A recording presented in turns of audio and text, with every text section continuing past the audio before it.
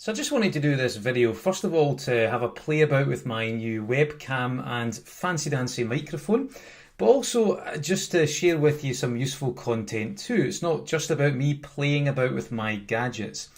So in particular, I'd like to talk about motivation, because this is a subject that I've been asked about quite a few times recently. A lot of people have asked, are there any specific NLP techniques that you can use to get yourself motivated quickly? To take yourself out of stagnation and into mobilisation, for want of a better way of describing it? And the answer, of course, is yes. So I want to just take you through a very easy, quick but powerful imagination technique that you can use to access motivation quickly, to get yourself to do something in relation to a particular goal. But before I even do that, I want to first of all back up a little bit and talk about some of the foundational principles of motivation from an NLP perspective.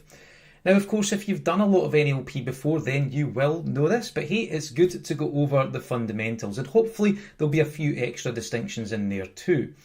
So from an NLP perspective, we tend to look at motivation from two different sides. We have away from pain motivation, but we also have towards pleasure motivation. So away from pain motivation is where we become aware of the potential negative consequences if we don't take action.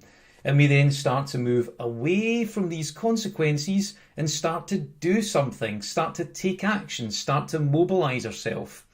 And towards pleasure motivation is where we become aware of the future benefits, the positive things that we could experience when we do actually start to take action. And of course, we then move towards that pleasure by doing something, by again mobilising ourselves. And as human beings, we all do both of these. We may have a preference as to which one we use the most, but we all use the carrot and the stick. It's kind of like a pulley system. Now, one of the big issues, or the things that can often stop people, that can cripple them and basically, I guess, immobilise them from taking action, is when these two principles or these two forces end up wired up the wrong way around. So to give you an example, say you wanted to go out running in order to be healthier, to lose weight, to be fit, etc., etc. But every time you thought about running, you looked out the window and you thought, oh my God, running is horrible. I have to get sweaty and it's cold and it's raining out there and people will laugh at me and it's just a horrible activity. What you're effectively doing there is you're creating scenarios inside your mind where you're attaching all manner of pain to doing the thing that you actually do want to do. So we have an aversion to pain, so it's no wonder that you would then move away from that pain by not taking action, by not running. And you may then compound this by turning around and looking at the couch and going, oh my God, the couch. Oh, this is amazing. I could lie down on this couch and eat crisps and drink wine and watch Netflix and it would be so cozy and comfortable. And I have to admit that does sound quite good. But what you're doing is you're then giving yourself an option that's not running, that has lots of pleasure associated with it. So it's no wonder that running becomes a difficult activity to do, because you've attached pain to doing it and pleasure to doing the opposite, to doing something that's not running. So you can actually push beyond this, of course. You can use willpower, but it's a bit like trying to push a snowball up a hill.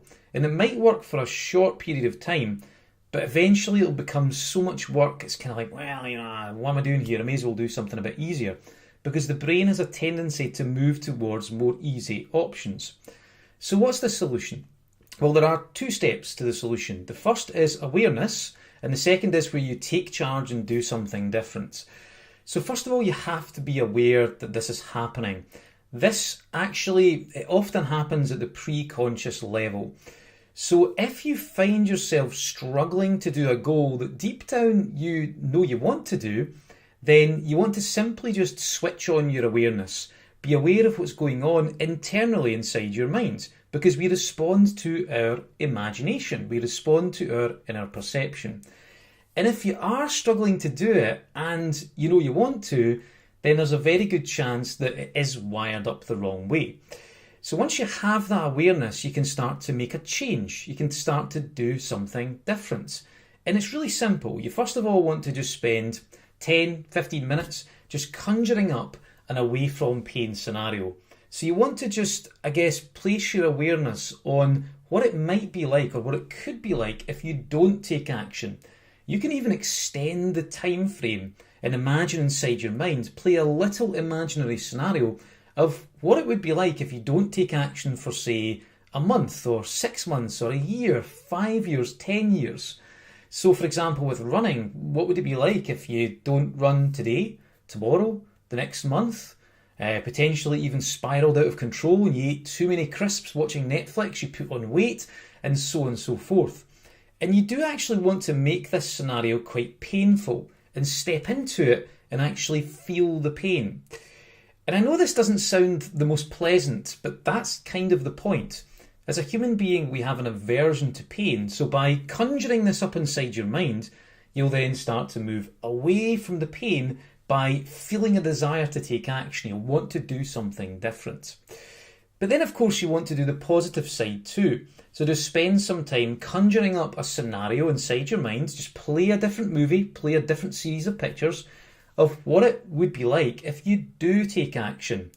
Now, if you really don't like running, if we stick with that example, then you could go to the point after that you run and just imagine all those good feelings, the endorphin rush that you get when you've completed a run, and it just feels absolutely fantastic. So you've got something to feel good to move towards. You could even extend the time frame and imagine what would it be like if you ran for, say, a year. Not continuously for a year, you would be absolutely knackered. But say you took up running and went out 2 or 3 times a week for a year. How would that positively impact your health, your well-being, your fitness? How would it impact your weight, your sense of self-respect? You can add in a lot of your values here too. And just conjure up this image, this scenario, this movie. Step into it and really start to feel the pleasure. Tap into the good things that you've got waiting for you, the anticipatory pleasure, so that you have something to move towards.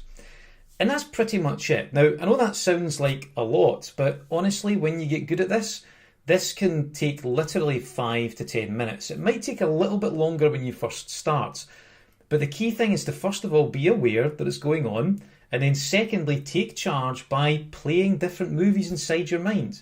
And eventually, once you've done this a few times, the mind gets it. It's a learning process, and you start to do it automatically. You might even find that you start to do it automatically for other things too, because that's kind of the way the brain learns. It looks to generalize, it looks to make things easier for you. So that's pretty much it. Hopefully that has been interesting for you. So 2 steps: awareness, and then take charge of your internal movies, your internal perceptions, because we respond to our imagination. We respond to what's going on within our subjective experience. So you have to be aware, and you really want to take charge of it.